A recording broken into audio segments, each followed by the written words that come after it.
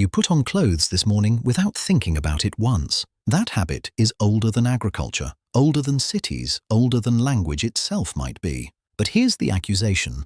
You have no idea why you're wearing that shirt. Not the fashion, the animal reason. Every other primate on Earth is covered head to toe in fur. We are the bald ones, and bald skin in an ice age is a design flaw, not a feature. So somewhere, something had to cover us back up. The question is when, and clothes don't fossilize. No leather survives 100,000 years in the dirt. So how do scientists date an invention that leaves no trace? They didn't look at clothes at all. They looked at lice. Stay with me. This is the actual science. Humans carry two separate species of louse. One lives only in your head hair. It always has. The other lives only in the seams of clothing. It cannot survive anywhere else. It needs fabric to exist, which means the body louse could only evolve after clothes existed. No fabric, no niche, no new species. So biologists compared the DNA of both lice species. They measured how long ago they split into two. Every split like that has a genetic clock ticking inside it. The mutation rate told them roughly when that split happened. The answer came out to around 170,000 years ago. That's the study. Ralph Kittler, 2003. Lice dated our clothes. Let that sit. An insect told us when we got dressed. Not a scrap of leather, not a needle, a parasite. Now, line that date up against the climate at the time. 170,000 years ago, the planet was deep in an ice age. Africa itself was colder and drier than it had been in ages, and we had already lost our fur 500,000 years earlier. We gave up our coat to sweat better in the heat. A brilliant trade. Right up until the world got cold again. So we were the bald ape, stranded in an ice age. That is not survivable without help. So we did the one thing no fur loss could ever undo. We borrowed someone else's fur. Clothing wasn't fashion. It was a stolen coat. But borrowing fur takes tools. You can't wear a raw hide. You need to scrape it, soften it, and cut it to shape. And to actually fit a body, you need to sew it together. Which is why the timing of the eyed needle matters so much. The oldest eyed needles we found date to about 60,000 years ago. That's tens of thousands of years after the lice say we started. So the first clothes weren't sewn. They were just draped and tied. Crude, loose, better than nothing. And it worked well enough to let us walk into places we couldn't survive naked. Places like Northern Europe, places like Siberia. Without a hide around your shoulders, none of that migration happens. Clothing is arguably the reason our species covers the whole planet. Not fire, not tools, a stolen coat off a dead animal's back. Now, here's where it gets personal.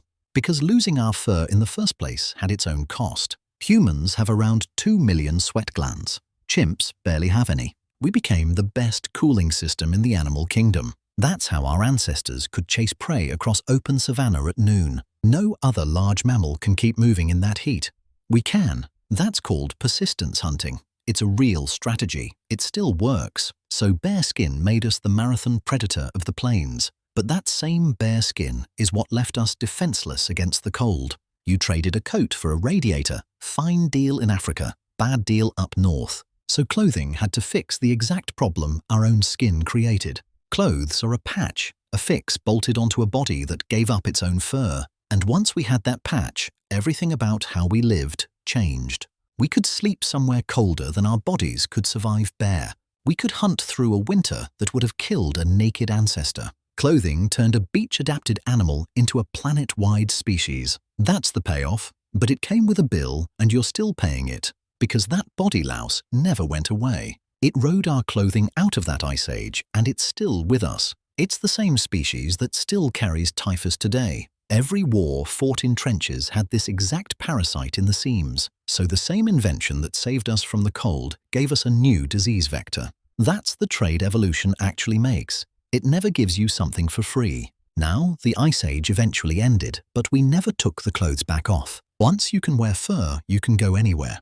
So we kept going. Into deserts, onto mountains, across the Arctic Circle itself. No fur regrew to match any of it. The clothes just kept adapting instead. Clothing became a second skin we could redesign without waiting on evolution. That's the real trick. Biology is slow. Culture is fast. Clothing let culture solve a problem biology would have taken millions of years to fix. That's genuinely one of the biggest shortcuts our species ever pulled off. But it also changed how our bodies developed, generation after generation. With clothing doing the insulating, our bodies stopped needing to do it themselves, so the pressure to regrow fur simply disappeared. Clothes didn't just protect our biology, they locked our biology in place. You are bald today because your ancestors got dressed and stayed that way. Now fast forward past the Ice Age, past the first farms, into cities. Clothing stopped being just survival, it became a signal. What you wore started telling other people who you were.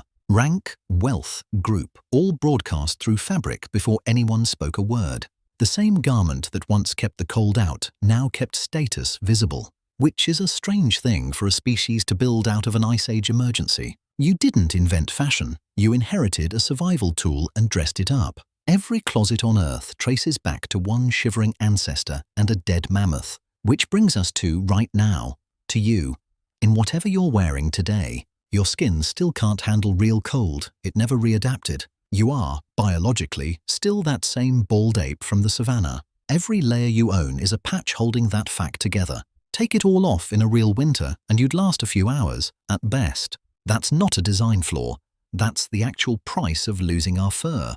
We paid for the world's best cooling system with total dependency on fabric. That dependency is 170,000 years old and counting. You've never once lived a single day as the animal you actually are underneath. Every human alive today has spent their entire life inside borrowed fur. That's not a metaphor. That's a literal description of your skin's situation. So, next time you grab a jacket, you're repeating an Ice Age decision. The same decision some ancestor made with a stone scraper and a dead animal. You just do it faster, and with a zipper instead of sinew thread. The lice figured this whole story out for us, by accident, just by existing. A parasite became the only witness to one of our species' biggest inventions. No monument, no cave painting, just an insect that needed fabric to survive. That's how you actually reconstruct deep history.